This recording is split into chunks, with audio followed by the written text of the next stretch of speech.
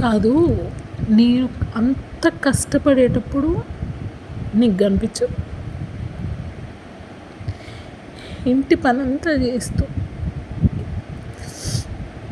నీ mental trauma, నీ తిట్లు, నీ దెబ్బలు ఇవన్నీ తింటూ కూడా ఇంత కష్టపడుతున్నప్పుడు ఎప్పుడు కూడా ఒక మాట మాట్లాడవు. అన్నం తినేటప్పుడు ఎందుకురా అట్లాంటి మాటలు? బర్ర తిన్నట్టు తింటాను, బర్ర తిన్నట్టు.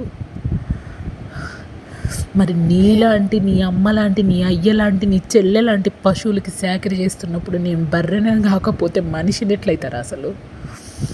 మీలాంటి వాళ్ళని భరిస్తూ విడాకులు తీసుకోకూడదు, నా బిడ్డకి తండ్రి లేకపోతే ఎట్లా అని సెంటిమెంట్స్తో సిల్లీగా బతుకుతున్న బర్రెనేరా నేను, మనిషిని కాదు.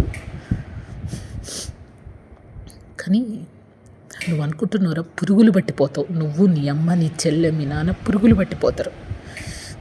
నా కంట్లో నుంచి కారే ప్రతి కన్నీటి చుక్క ఏదో ఒకరోజు మీకు శాపంలాగా మారుతుంది. ఏమన్నావు? తినకుండా పడిపోతే అంబులెన్స్ని పిలిచి అందులో వేసి తోలుతావా నన్ను? పోలీసుల ముందు, జనాల ముందు మంచి మొహం వేసుకొని నటిస్తావు కదరా. అందుకే నీలో ఇంత భయంకరమైన రాక్షసుడు ఉన్నాడని ఎవ్వడు గుర్తించలేరు.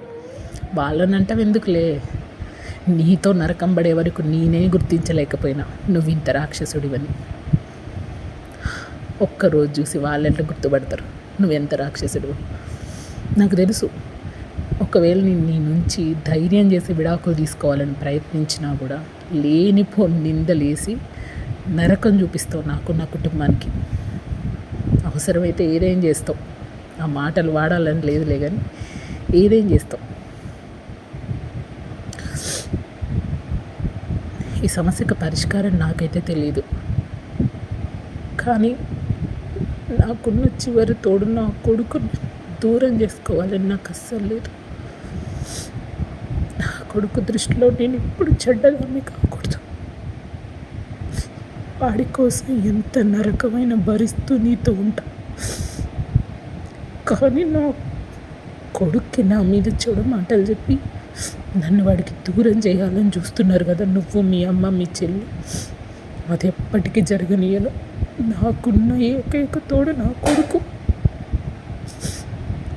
నేను దూరం చేసుకోలేను. వాడు ఏదో ఒక రోజు ఖచ్చితంగా ఇవన్నీ వాడు వినే రోజు వస్తుంది. వాడికి గుర్తుండాలి వాడి అమ్మ వాడి కోసం ఎంత కష్టపడిందో.